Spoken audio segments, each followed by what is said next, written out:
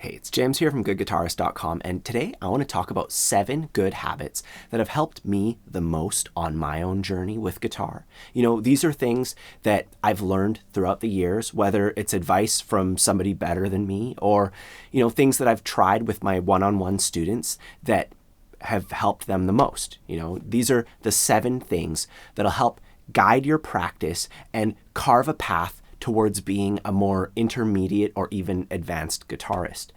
And if you haven't gotten your copy yet, I have a free ebook. It's 100% free for all my subscribers. There's a link in the corner for that. It goes over everything that you need to get started and more. So please check that out if you haven't done so already. Anyways, on to number 1. Record yourself playing. The most important thing that'll get you the furthest, the fastest, is to record yourself playing and then listen back. And I don't mean like in a recording studio. You can just use your cell phone or anything that you have that can record like a voice memo and then just listen back to it. Analyzing your own playing will help you identify weaknesses, and you'll be able to focus your practice time more on the things that matter and, get the most out of it. When you're performing, or even if you're just practicing in your room, in the spur of the moment, your brain is focused on playing music. And, it's not as, you can't output and listen as well at the same time. Those are 2 separate mindsets.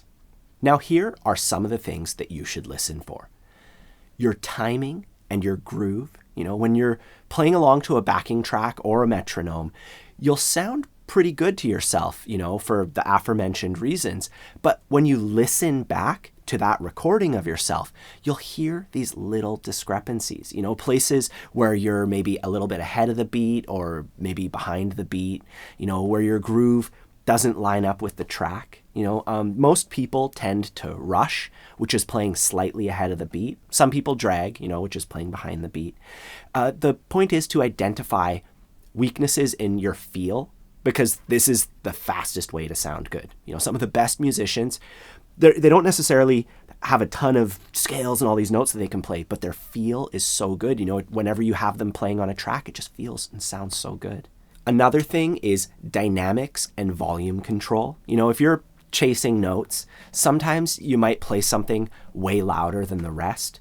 And a lot of people tend to play harder and harder as they go on. And, it really limits their dynamics. There's a whole spectrum from very soft all the way to very loud. And it's really important to take advantage of it.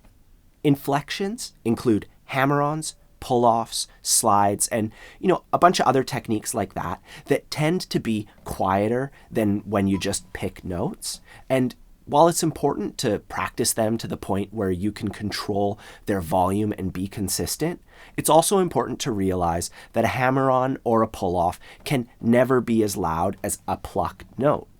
And for that reason, it's important to reel in your picking and make sure that it's comparable in volume to your average inflection. Make sure that your hammer-ons, pull-offs, and slides are about the same volume as your picking by raising the volume of the inflections, but also by lowering the volume of your picking.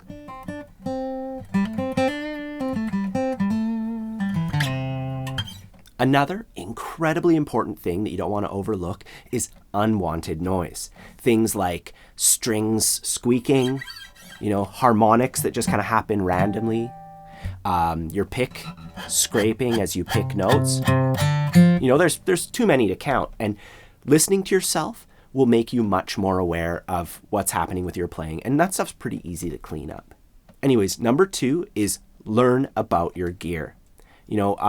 I kind of divide this into 2 categories. There's how you draw the sounds out of your instrument. So if you're on an acoustic guitar, that could mean learning how plucking near the bridge makes a brighter sound and plucking near the neck makes it mellower. If you're playing electric guitar, it could mean knowing how the volume control on your guitar interacts with your amplifier, how it pushes the amp, or finding the type of overdrive pedal that best suits your setup. Since the start of the pandemic, I learned all about how pedals work. I learned about how amps work, the different parts inside the amplifier. I built an amp, and maybe that time could have been spent better practicing guitar. But to be honest, when I went to play a gig recently, because I learned so much about my gear, I was able to dial in my tone better and faster than I ever had before. And the second thing is that you want to learn how to maintain your gear so that it always sounds its best. On the most basic level, you need to know how to change the strings on your guitar and take the time to do it regularly. Usually that's every 2 to 4 weeks if you play quite a bit.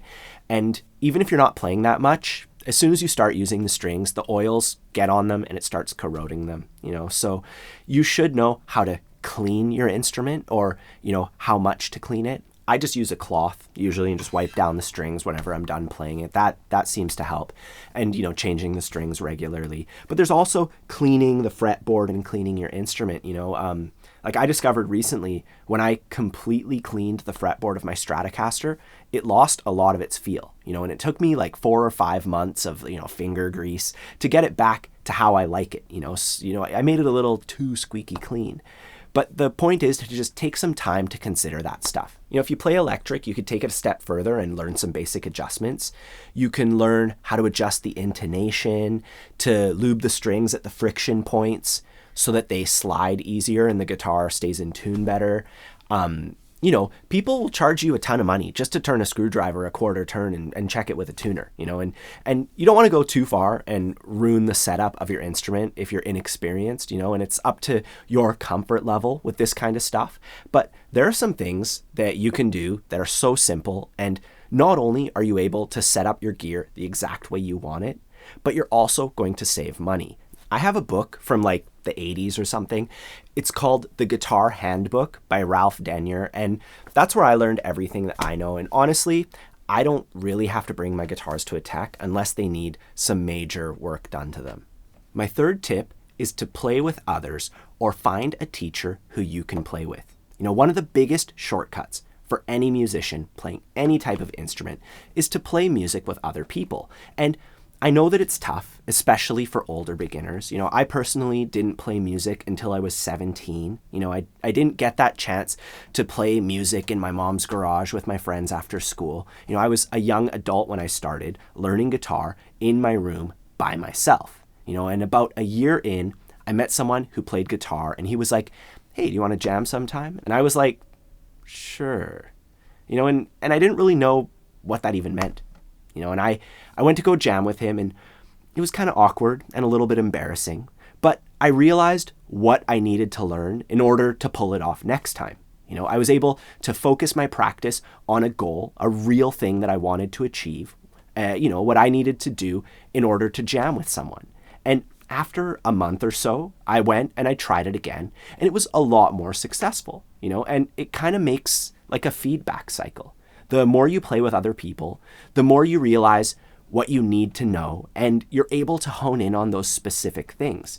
And I know not everybody is going to have that exact same opportunity or even that same goal, but there are many opportunities out there. There's open mics, there's jam sessions, and you'd be surprised. Like, I used to think that jam sessions were these big coveted things that you sign up for. And, I felt this need to over prepare and delay going until I was ready. You realize there's all sorts of people out there. And in terms of skill, you're probably going to be a lot further along than you think. And you're going to be able to contribute a lot more than you think. And that's a sincere truth. We all think that we're going to flounder, but you realize that the music community in general is pretty inclusive, and when somebody is new, people are going to want to help you figure it out and learn the proper etiquette, when it's your turn to play and when you should do this or that. And if you go a few times, by the third or fourth time you go to a jam session, you'll probably have a really good idea of what to do, and it'll help guide how you practice and prepare for it. And, it'll build that motivation. And one other thing that you can do if the whole jamming thing isn't your thing, some people are just happy playing guitar in their home. That's totally fine. But you can also find a teacher who will jam with you. That's definitely from a teacher's perspective. Like from my perspective, I love doing that with my students. I love jamming with them and giving them those opportunities to, find out what it's like playing in a public setting, but without all that anxiety. It's like there's a safety net because we already know each other. I already know where they're at with their playing. There's no judgment, and we just have some fun. Number 4 is to stand while playing. Most people tend to sit when they practice, and that's fine until you get invited to your friend's house and they ask you to bring your guitar. You get there and they only have a stool, but you're used to sitting in this particular chair, so you try to play, but the guitar is in a different orientation than what you're used to. Or maybe you go to play a show and you're standing up with your strap, but you aren't used to it because you spent 99% of your practice time sitting down in that same chair, and now suddenly the guitar feels so different when you're standing. Well, luckily there's a really simple solution. You get a guitar strap, and then you adjust it so that your guitar is at the same height whether you're sitting or standing. You put on the strap, you sit, you stand, you sit, and you just keep adjusting it till it feels like it's in the same spot. And beyond that, you should also spend 50% of your practice time sitting and 50% of your practice time standing, because it'll never be in the exact same place when sitting versus standing. And when you're using a strap, it kind of rocks around a little bit differently. And when you set it up correctly, your technique is always going to go to the exact same place. Like everything's going to feel the same. You don't have to adjust and relearn everything when you want to go to a jam session and, everybody's sitting or standing or whatever. By the way, I don't use a strap when I film because camera angles. This next tip, it really affected me, especially at the start of the pandemic. At the start of the pandemic, I had really bad GAS, gear acquirement syndrome. And the reason why this can be bad is because you can fall into a trap where you spend more time looking at and daydreaming about gear than you spend learning how to use the gear that you already have. In moderation, there's nothing wrong with it. If I buy a new guitar, I'll want to play that guitar every chance I get. And I probably put in more hours on guitar because of it. But it wears off, and I can't rely on being able to buy a new guitar every time I want to build up motivation to practice. You have to do that separately. It's important to learn how to use the gear that you already have and unlock more of its potential. Whether it's learning new techniques or understanding your instrument better, your primary goal should always be your musicianship. If you do it that way, you'll be able to take advantage of that new piece of gear even more when you do end up buying stuff, because you'll have the chops to do it. Some people, like Tommy Emmanuel, they just have their acoustic guitar and their fingers, and they can do some of the most incredible things with just that. But if you're curious to hear what gear I think is essential or what you need to be able to do pretty much anything, for acoustic guitar, obviously an acoustic guitar, a guitar strap, a guitar stand that you can just put your guitar on so you can just easily access it, a clip-on tuner that you can just clip on and tune your guitar with in a loud room, it works no matter what, a quality metronome, or even just an app on your phone, but just have quick access to a metronome. You could also have a slide if you want to play a little bit of slide guitar, and a capo, or capo as some people call it, so that you can quickly change keys. If you're playing with somebody and they're like, that's too low for my voice, well, you just put the capo on and then you just play the exact same thing higher up the neck. For electric, I recommend all of the above plus a quality cable, the best amp that you can get within a budget, some sort of overdrive or gain pedal, a delay pedal, and if your amp doesn't have built-in reverb, a reverb pedal. You can go crazy with electric guitar gear, but that's what I feel is essential for any scenario. Number 6 is to know some basic music theory. I know that Paul McCartney famously says that he doesn't know any, but he does. He can't read those little black dots on the page, but that's not music theory. That's just written music. He knows what chords are called. He knows that a certain type of bass line will imply a certain type of sound. He picked up a bunch of little things over the years and has a really good idea of how music works in general. Music theory is like basic math, like 2 + 2 = 4 kind of stuff, and a lot of people try to make it calculus, but the fundamentals are the fundamentals, regardless of what you're doing. If anybody spent a week around professional musicians in a studio or writing songs, they'd pick up at least a couple things, and you compound that over the course of years and you get a huge base of knowledge that we could call applied music theory. The basic pattern from one note to the next that makes up the major scale, the major and minor chords that you would find in each key, dividing the beat into twos and threes. Honestly, the essential music theory that helps you get by in virtually any musical setting is probably as difficult as grade 2 or grade 3 math. There's just been years and years of academic music theory, writing out scales and studying scores, studying music for the sake of studying music. And that's taken up the spotlight for all these years as the real music theory. But it's not geared towards knowing what scale you should play on a blues, or knowing what chords go well together when you're trying to write a pop song or learn some strumming patterns by ear. It has a great purpose, but it's a totally different purpose. And I'm going to make a separate video with what I think is the essential music theory taught in the simplest way possible. And my goal with that is to prove my case here, so look forward to that if you are having trouble with it. I don't mean to belittle anyone by saying it's grade 3 stuff and you're not getting it. What I mean is, in my experience, I've realized that there's academic music theory and there's the applied real life theory. And the most useful stuff also happens to be the simplest. Now, my final piece of advice is to not get carried away with music theory. While it is important to know the most basic and essential theory, you don't want it to overcomplicate everything. You don't want to overcomplicate everything with theory.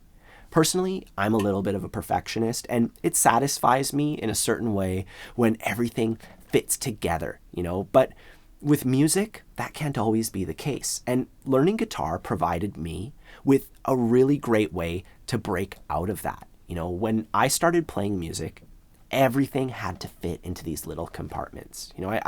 It wasn't good enough to just learn the C scale and then have fun with it and, jam a blues. I would have to learn the G scale and then E and this and that. I wanted to create this big comprehensive system that I could just plug myself into. And in my mind, I'd eventually become an amazing guitarist because I checked all the boxes. But over the years, I've realized that it's a give and take sort of thing. You learn a little bit of theory, but then you actually go and use it. You learn the C major scale and then you play around with it. You jam a blues in C, you try to write a melody with that scale, try and see which chords it fits with, you play it on as many songs as you can until you're really comfortable with it. Instead of just learning all your scales and modes in this dry way, which I kind of did, just memorizing it. And then when you actually go to play, you don't know what to do with them. That's what I discovered. I learned all these scales and then I didn't know how to apply any of it because I spent all my time memorizing it. And, you're better off just taking a little bite of theory, just learn something small, have fun with it, and then move on from there. And that adds up fast.